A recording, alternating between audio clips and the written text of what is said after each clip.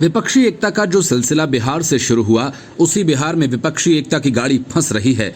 वजह सीटों का बंटवारा है। नीतीश कुमार ने तो त्याग करने की सलाह दूसरी पार्टियों को दी, लेकिन अब वे खुद कितना त्याग करने जा रहे हैं, बात यहीं आकर अटक जा रही है। सूत्रों का कहना है कि बिहार में कांग्रेस ने 10 सीटों की मांग कर दी।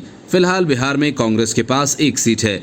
विधानसभा में सबसे बड़ी पार्टी बनकर उभरी आरजेडी के पास एक भी लोकसभा की सीट नहीं है, लेकिन उसे सबसे ज्यादा सीटें चाहिए।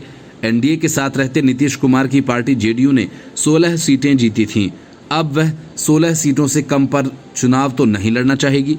लालू यादव को 20 सीटें चाहिए। बिहार की 40 सीटों में से सीपीआई, सीपीएम और माले को भी सीटें चाहिए। इस हिसाब से तो मामला फंस गया है और रास्ता त्याग से निकलेगा। नीतीश कुमार कांग्रेस के लिए कितनी कुर्बानी देंगे और गठबंधन को बचाए रखने के लिए कांग्रेस कितना त्याग करेगी, इसकी परीक्षा बिहार में ही होगी। विपक्षी गठबंधन की सफलता इस बात पर निर्भर करती है कि बड़े दल क्षेत्रीय क्षत्रपों की महत्वाकांक्षा का कितना ध्यान रखते हैं। बिहार, यूपी, पंजाब, दिल्ली और महाराष्ट्र जैसे राज्यों में कांग्रेस को अपना दिल बड़ा रखना होगा। विपक्षी एकता के सपने को पूरा करने के लिए इन राज्यों में कांग्रेस को अपनी सियासी इच्छाओं का दमन करना होगा, तब कहीं जाकर बात बनेगी। कांग्रेस में फैसला करने की गति काफी कम है। हर मामला सोनिया गांधी के पास से मल्लिकार्जुन खड़गे तक पहुंचता है और फिर वहां से राहुल गांधी तक। उसके बाद अंतिम फैसला लिया जाता है। 2019 के लोकसभा चुनाव में बिहार में कांग्रेस का परफॉर्मेंस शून्य रहा। कांग्रेस को महज किशनगंज सीट पर सफलता मिल पाई। नीतीश कुमार एनडीए में थे, इसलिए सम्मानजनक सीटों पर जीत हासिल हो गई।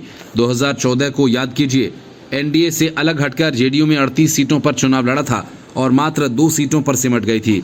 2019 में जेडीयू ने एनडीए के साथ चुनाव लड़ा और जेडीयू को 16 सीटों पर जीत हासिल हुई। ऐसे में 1 सीट पाने वाली कांग्रेस अभी से 10 सीटों की मांग कर रही है। जानकार ये मानते हैं कि नीतीश कुमार और लालू प्रसाद यादव कांग्रेस को कतई 10 सीट नहीं देंगे। कांग्रेस 2019 के लोकसभा चुनाव में 421 सीटों पर लड़ी थी और 373 पर बीजेपी उसकी सीधी टक्कर में थी।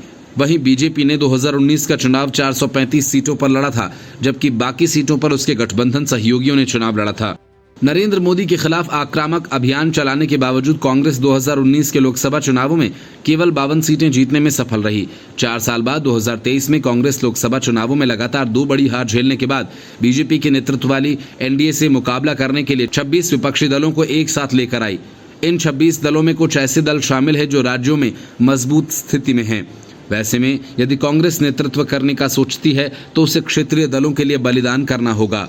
कांग्रेस की बात शायद ही ममता बनर्जी और अरविंद केजरीवाल सुनेंगे। अंत में इतना विवाद होगा कि नीतीश और लालू को भी इससे किनारा करना पड़ेगा। बिहार और कर्नाटक में दोनों विपक्षी बैठकों का हिस्सा रहे एक पार्टी नेता ने कहा कि 26 विपक्षी दलों को एक साथ लाना लोकतंत्र और संविधान को बचाना है, जिस पर हमला हो रहा है।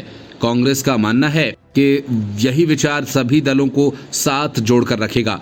कांग्रेस नेता ये भूल जाते हैं कि बिहार जैसे राज्य में आरसीपी सिंह, उपेंद्र कुशवाहा, मुकेश साहनी और जीतन राम मांझी जैसे सहयोगी भी हैं जो पूरी तरह से एनडीए के साथ हैं। बिहार में चिराग पासवान जैसा दलित चेहरा एनडीए के पास है। Bureau report, news of India.